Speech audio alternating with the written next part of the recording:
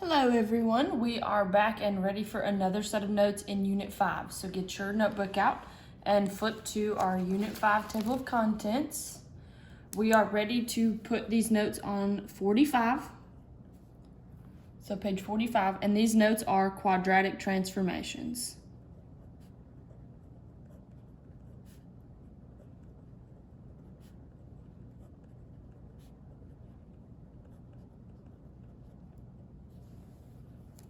So 45 quadratic transformations.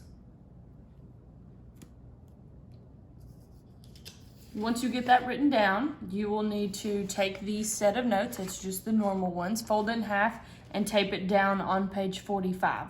So pause this video, go ahead and do that, and then push play when you're done. Now that our notes are taped in, we're going to go ahead and start. And the first thing that we're going to talk about is the parent function, because remember, everything goes back to the parent function. So this graph right here is the graph of the parent function. So this one was the original graph for the quadratic family, okay? So this is the easiest one, the original one, the first one. So there are a couple things that we need to note about this graph before we move on and talk about the transformations. Remember that the most important point on these graphs is the vertex. So we need to just make some notes that the vertex is at 0, 0. That's one observation that I can make. A little dot. So the vertex is here at 0, 0. The other thing that I notice is that my graph opens up, meaning that this is going to be a minimum value of my graph. So I'm just going to put opens up.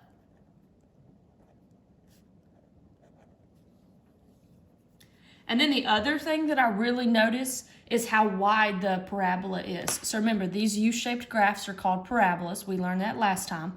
So what you can pay attention to next is how wide the parabola is. This is what they normally look like. So if they're wider or skinnier than that, then there was a transformation that was done to it. So we're not going to actually write that, but we need to keep it in the back of our mind. We can pay attention to how wide the parabola is. Okay? So when identifying transformations, compare the new graph to the parent graph. So we're always comparing back to this parent function, this parent graph. So anytime you see a new one, you have to have this one in the back of your mind to figure out what transformations have happened.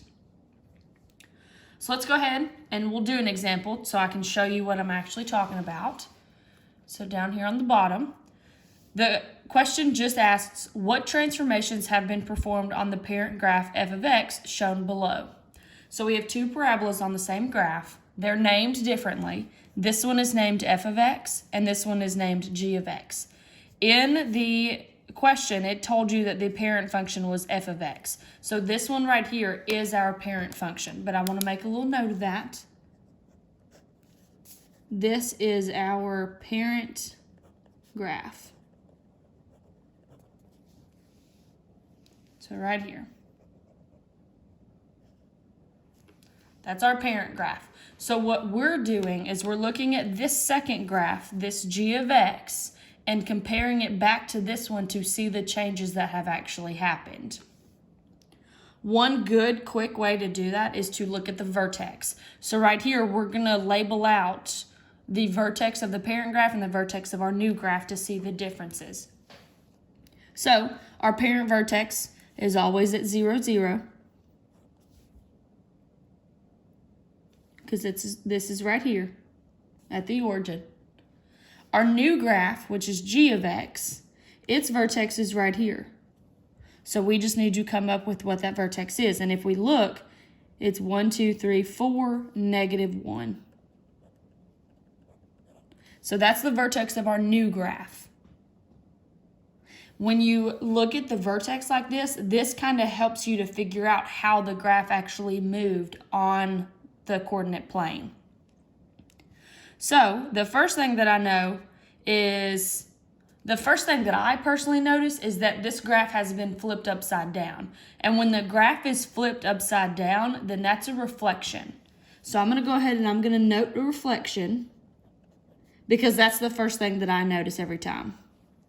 So we have a reflection. So that's the idea that it flipped upside down. Now, so imagine that we just flipped it upside down. Now we have to figure out how to move it in order to get it over here.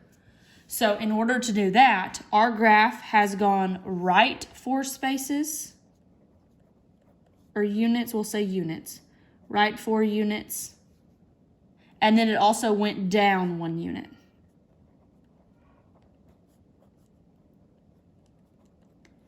And that's it. The only other one that's left is how wide the parabola is. And if we look, they're the same width apart. So that transformation didn't happen. But that's it. So if we look at our vertex helped us figure out which directions the graph actually moved. So the X is right and left, and then the Y is up and down. So it kind of helped you figure out how it actually moved. The reflection, the vertex doesn't help you with the reflection, but you have to know if it flips upside down, then it's a reflection. Okay? All right, so let's continue on with these notes. So now we flip to the inside and we have this transformations chart. We're going to work through this chart and identify which transformation is which and then where to find it in the equation. But the first thing that I want to point out is this vertex form up here. Now, if you remember being in my classroom, vertex form is on the back wall of my classroom.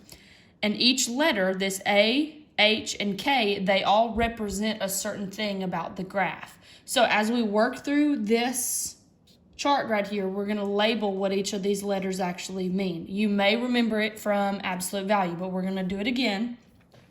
So the first one that we're going to take a look at is the vertical translation. So the first thing that I want to point out is the vertical translation is back here. So we have f of x. The f of x is talking about your equation itself. This plus k is your vertical translation.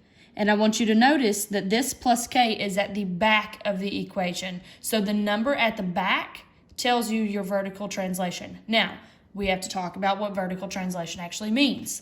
Vertical, it means exactly what it says and what you know it to be, is either up or down. So vertical is up or down. Now, before we do these examples, I want to go up here to our vertex form and I want to label what this plus k means. So this plus k is our vertical shift. I say shift a lot instead of translation, but you can use either one. So this is our vertical shift. So that's either going to be up or down, and we're going to talk about how you know which one it actually is. All right, so let's go back to our examples here. So remember, this f of x is always going to be over here on the left. On the right, the x squared is the quadratic. So we need to address everything else that's not the x squared. So the first thing I see that I need to deal with is that plus 2. And notice that it's at the back, so it's going to always be after the squared. This example is going to move up 2 units. Now, let's talk about how I knew it was up. I know it's up because of the plus sign in front of this 2. So if it's plus, that means it's moving up. If it's minus, it's going to be moving down. So knowing that, this second one, so again, the number's at the back behind the squared. So there it is, the minus 5, and that's going to do down 5 units. And there we go. That's all there is to vertical translations. So remember, they go up or down, and you pay attention to the sign in front of the number. Okay? The next one that we have to talk about is a horizontal translation. So, again, the first thing that I want to identify is where at in the equation is it. So this time, if we look at the f of x notation, we have f and then x minus h inside the parentheses. This tells us a big deal, so I'm going to circle that minus h right here. Every time that you have a horizontal shift, it's always going to be inside the parentheses. So when I look at my examples here, it's going to be the numbers inside the parentheses with the x, just like the notation says. Now, before we get to those examples, let's talk about horizontal. Horizontal is going to be your left or right movement.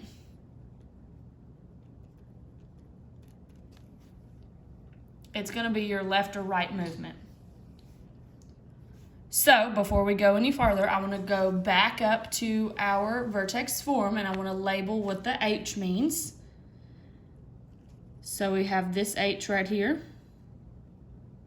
And this is our horizontal shift.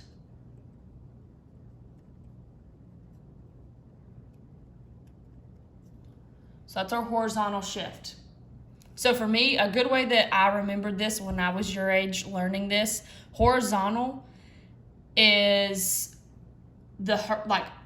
horizontal. Think about the word horizontal. It starts with an H, and that's the letter that it deals with. So that's how I remembered it in my head. And then how I remembered the direction of which way horizontal goes, think about the horizon. It looks like this, and that's left or right.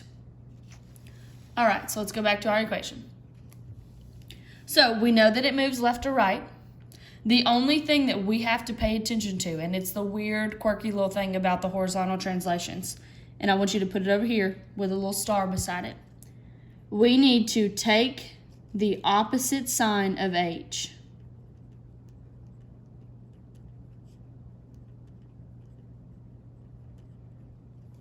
So take the opposite sign of H.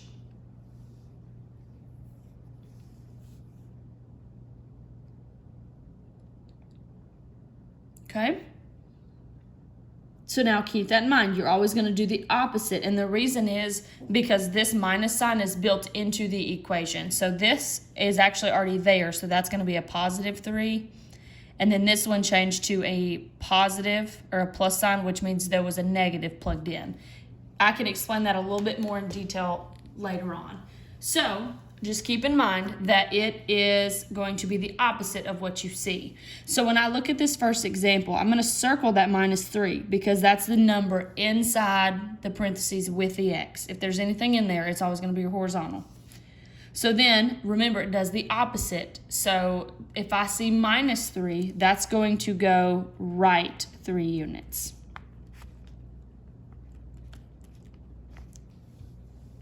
So it does the opposite of what you originally think it's going to do. And then the next one, I'm going to circle that +6. And remember, it does the opposite. So this one is going to go left 6 units. And there we go. So vertical and horizontal translations, that covers all of the directions. So like up, down, left, right. These two cover most of them. They are the relatively easier ones, so make sure that you understand where to identify them and then which direction they move. Okay, the next one that I want to talk about is the vertical stretch or compression. So again, the first thing that I want to show you is where is that number in the function or in the equation. So when I look at my function notation, it's this little a right here. So this f of x means that this a is going to be before the x. In my equation, it's going to be before the x. Okay? So I'm going to go ahead and go back up here to vertex form so that we can write that down. And then I'll go through and explain which one is a stretch and compression.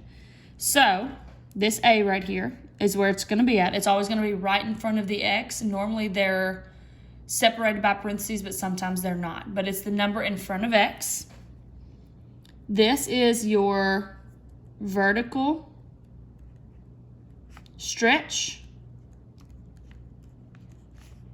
or compression. So vertical stretch or compression.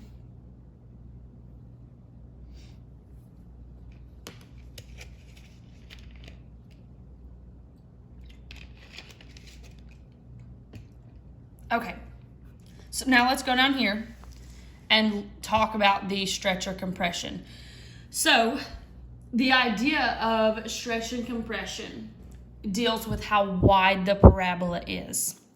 This is the quote-unquote hardest one to understand, but once you get it, then you're good to go for the rest of your time in math. So, the vertical stretch, let's talk about when it actually happens. So, if A is bigger than 1, then it's a stretch.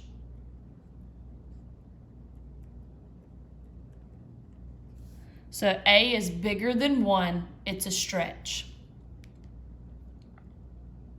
So we're going to go ahead and do an example. So when I look at these numbers right here, we'll just do the first example. This number right here, this 3, is the one that I have to address because it's the number in front of x. Well, it's a 3.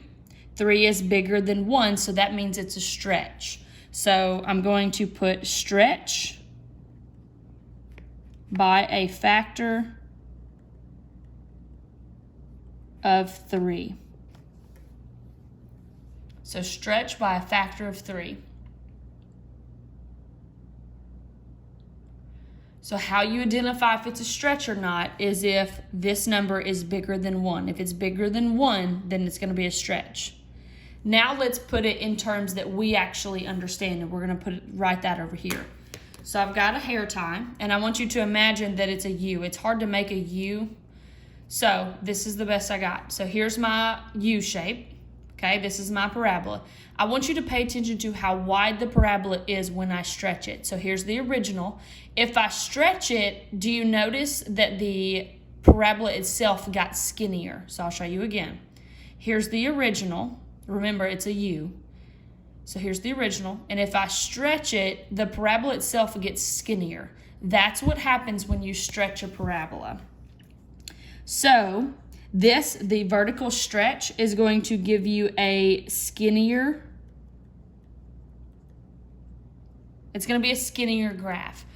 But the state is not going to use the word skinnier. They're going to use the word more narrow.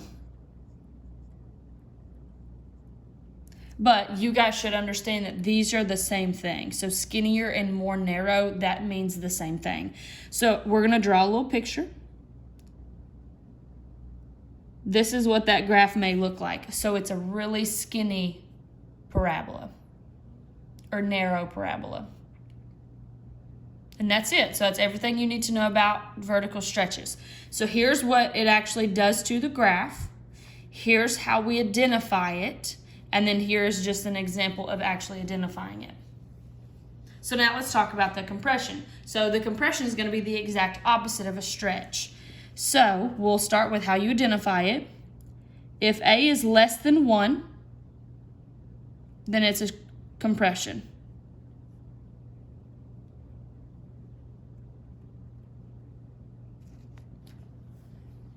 So A is less than 1 is a compression.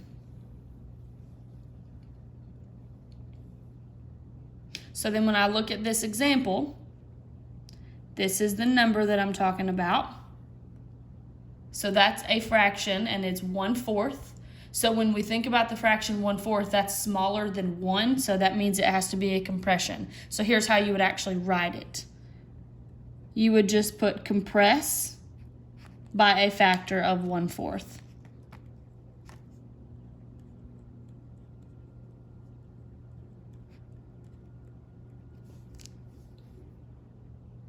Okay, so now let's talk about what the graph actually looks like to us.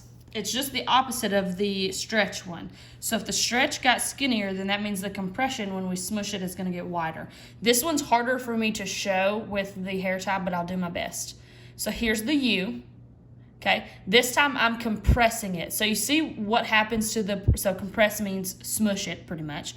So I'm compressing it together, and you see how the U is getting wider and wider and wider? That's what happens when you compress it. So we're going to write, it's going to be a wider graph. So a wider graph. So when we draw an example of that, it may look like this. So it's still a parabola, it's just really wide in comparison to the original. And we also need to add the word graph up here. I didn't put graph. There we go. And that's it. That's it for stretch and compression. So again, this is the hardest one, but once you can understand like how to identify and what it actually means on the graph, you'll be set for the rest of your math classes. Okay? And the last one is the reflection. So there's only one example because this one is normally the easiest one to identify.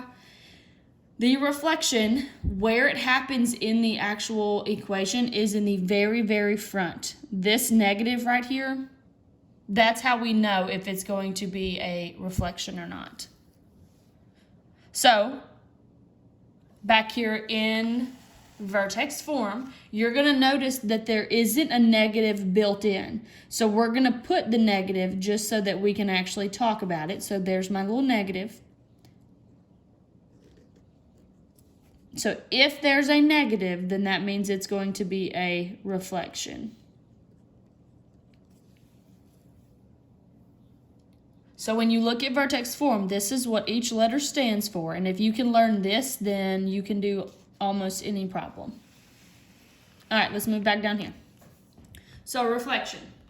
It's either there or it's not there. So in our example, this negative right here means that it's going to be a reflection. It's that simple.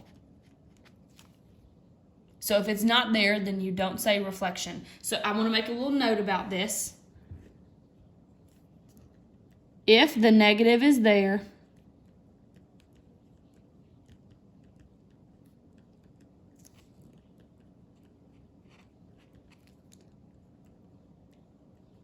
then it's a reflection.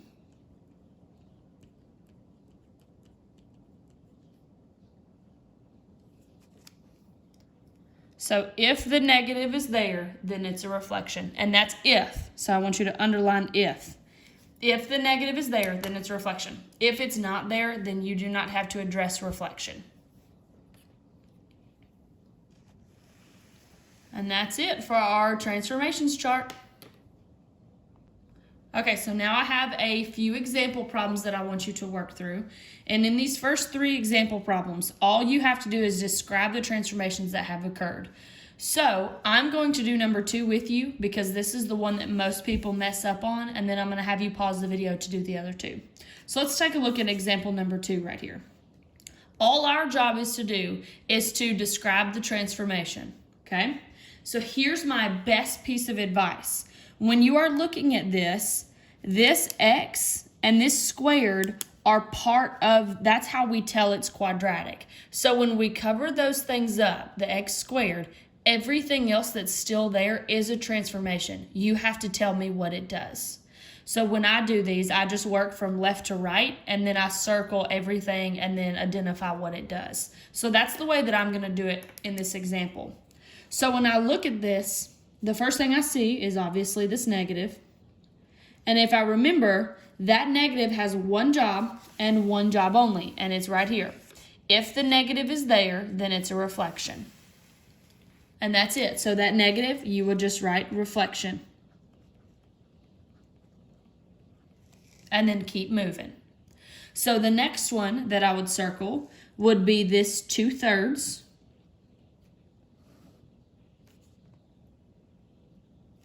So I've got 2/3. So now in my head, I need to think about, is that number bigger than 1 or less than 1? Because if I look at vertex form, that 2/3 is in the A spot, so it's going to be a stretch or compression. So if it's bigger than 1, it's a stretch. Less than 1, it's a compression. So this one, 2/3 is less than 1, so it's going to be a compression. So I can just put compress by a factor of 1/3. Or 2/3, sorry. Compressed by a factor of 2/3. And now the x, that's the quadratic part, so we don't do that. And so is the squared. So the only thing left is this -4 inside here. So that -4 is in the H spot because it's on the inside of the parentheses. So remember, we do the opposite of this one. So this one's going to be right 4 units.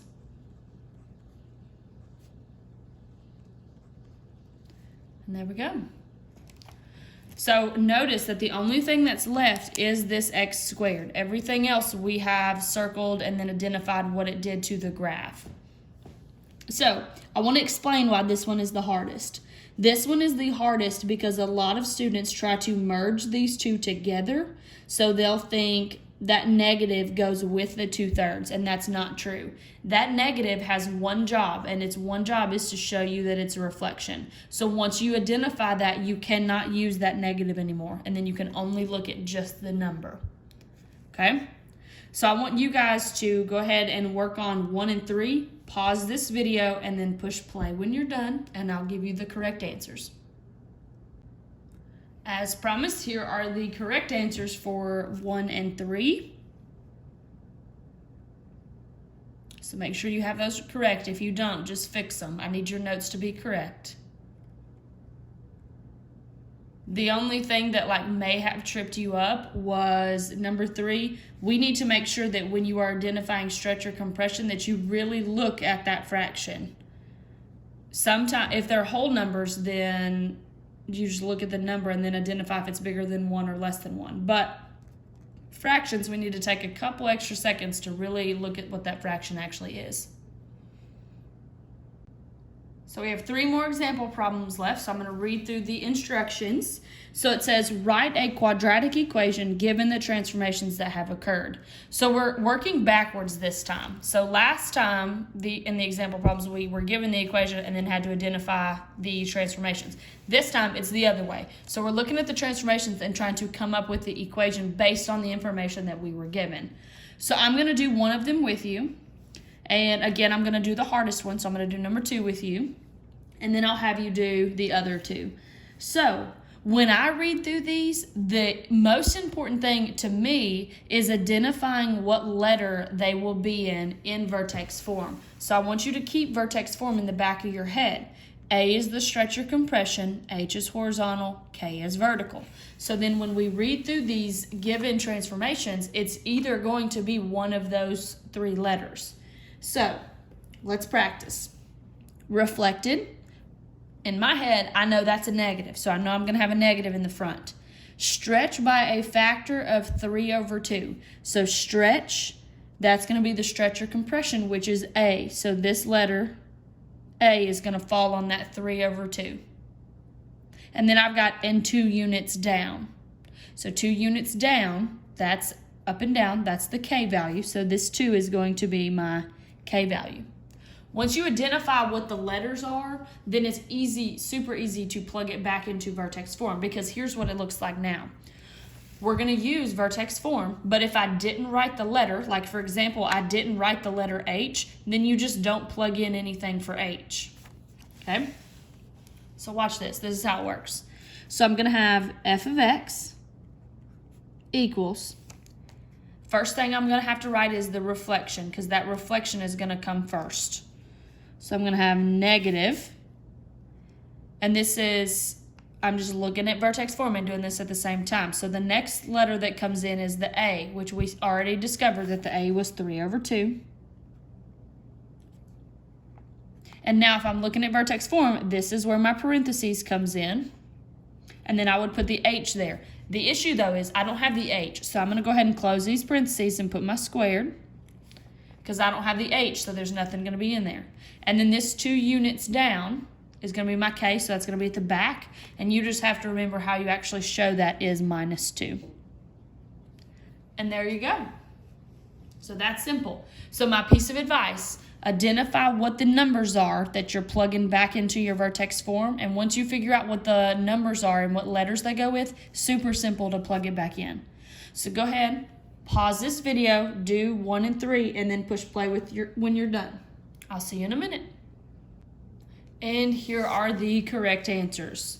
So I want to talk through a couple things about these. So the first one, we have 7 and 3, and these are my H and K values because H is right, K is up. So when I plug these in, the most important thing about the H value is you have to change the sign. So if it says 7 units right, that's actually going to be -7 in my actual equation. So just be mindful of that.